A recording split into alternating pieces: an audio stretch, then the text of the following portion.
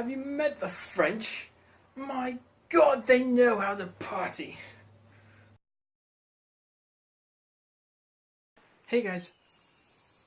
So today is Halloween, and I think I've dressed appropriately. I have a list of questions that some people have sent to me over the past few days, and I just want to get straight to it. So the first question is, when did you realize you wanted to be a writer? I have been writing for 12 and a half years, and when I say writing, I mean books, like novels. I've probably, been writing longer than that. But like anything before 2004, I'm not really sure about. I realized like I wanted to be a writer after I read the book Aragon, which is actually sitting right over there. And Eldest too. And Christopher Paolini, he was a young writer. I think he was 15 when he started writing Aragon and 19 when he first published it. After I read that, I became like super inspired. I was like, oh hey, he's a really young writer. I can be a writer too. And at the time I was 11 years old. I literally just sat down, took a piece of paper and started scribbling away. And I actually have that first piece of paper. I actually have the entire first book that I wrote right there. So this is the first book that I wrote in 2004. It's the one I told you not to look up, even though it's probably on eBay. You can see it's all handwritten.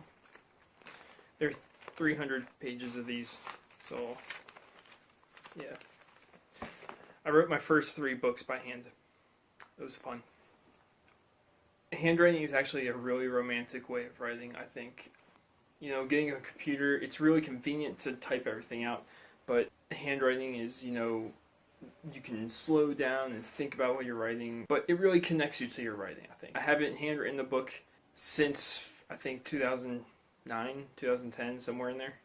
I wrote Embassy, Resonance, and Perihelion on the computer, so I haven't written anything recent by hand. Okay, so the second question is, if you had to start writing another series right now, what's a vague idea of what it would be like? I do have a couple of series and a couple of books that I started writing years ago and I never got around to finishing, like most writers do, let's be honest. And I think I would want to break into the fantasy genre. I love Game of Thrones, I love War of the Rings, and I mean fantasy is like what got me into writing novels in the first place. If I had to start right now, I would pick up the fantasy book that I started writing years ago. It's actually right here. See? It's called The Expansions Trilogy. Book 1, The Lights of Villic South. And again, as you can see, it's handwritten. Question number 3. Which book character that you've read do you think is the closest representation of you? My answer to this would be The Perks of Being a Wallflower. It's just extremely relatable to me.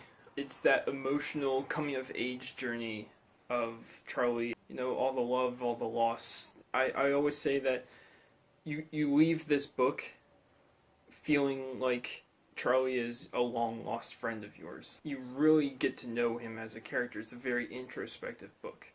And I really think that kind of defines me as a person, too. I'm very introspective. Question number 3. What was your favorite part when you were writing your books? Like the moment you felt genuine excitement or butterflies for? So yeah, there were a lot of parts of my books. I mean, I wrote them. So I think like some of my favorite parts when I'm writing my books are, number 1, personal character interactions. Number 2, character interactions with nature that they have never experienced before. And number 3, just whenever the characters experience something new. Because experiencing new things is a big theme of my books. One of my favorite scenes in Resonance, the second book, is when Armin and Glacia are on one of the islands on Daliona, and they go on a wildlife tour, and they come face to face with marine iguanas, and Glacia gets a selfie with one of these iguanas, and it just this whole scene just unfolds, and it's hilarious, and I love it. And I think it really brings out who Glacia's character is, her very fun-loving, goofy side that you don't really get to see in Embassy as much, because her role in Embassy is something completely different on an emotional level, and Resonance, she kind of is able to adapt to this new emotional role that she has to take on, so you get to see a different side of her. And she's just such a fun character to work with because she's like Armin's foil character on an emotional level, whereas Armin is more withdrawn and struggles to get outside his comfort zone. Glacia is the one who's just go, go, go, go, go. She's the one who is just very goofy, is very athletic, is very much the risk taker of the power couple right there, Armin and Glacia. And experiencing who Glacia is through Armin's eyes, I think is just such a cool perspective to see, because he does have this very defined view because of how he and Glacia interact and how they have helped each other throughout the series thus far. In fact, a lot of my favorite scenes include Glacia. I should probably fix that. Some other cool scenes that I like are the scenes like where Armin is starting to, break outside his comfort zone, but as he does so, you're still seeing him take things hard. Instead of just going out there and trying things and being, oh wow, this is amazing, this is awesome. He gets out there and he tries things, but then something goes wrong and he just shuts up again. And instead of punching his way through on the first time, he really has to wade through these difficulties before he's comfortable enough to continue doing some of the activities that he does in these books. And to me, just as you're seeing that Armin is just human and he isn't like the great hero of the story or anything, that he's just another character going through the motions of experiencing this whole new world. To me, that's like one of the most genuine ways that you can see who Armin is as a character. And that's what's exciting to me, is not the fact that they go out there and they do all these great things, but the fact that, it does take them time to get used to these new things and these new ideas and really dive into this culture and really feel like it's okay to go outside of their comfort zones before they can truly appreciate the beauty of the worlds that they are experiencing.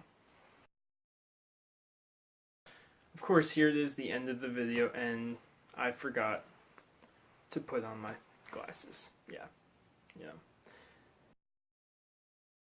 Hey, so I hope you enjoyed that video.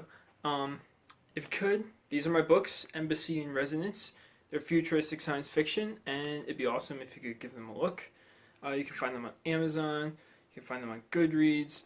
They're on most online retailers like barnesandnoble.com, booksamillion.com, and you can also check out the website for them, experiencedeleona.com. I'm constantly making updates to it to expand the content of the story. You can use it as a resource as you're reading these books to figure out things that are happening behind the scenes that aren't explicitly stated in here, and vice versa, because the website does kind of complement the books and the books kind of complement the website. In the coming days, I'll have things like active treaties, different scientific principles that you see within the books. All these things are explained so that you have a more thorough understanding of what you're actually reading. Because it's not just a story I'm writing, it's a world I'm building. And it's very important that the reader understand the goings-on of the world so that you can appreciate the story a bit more and see more of the inner workings.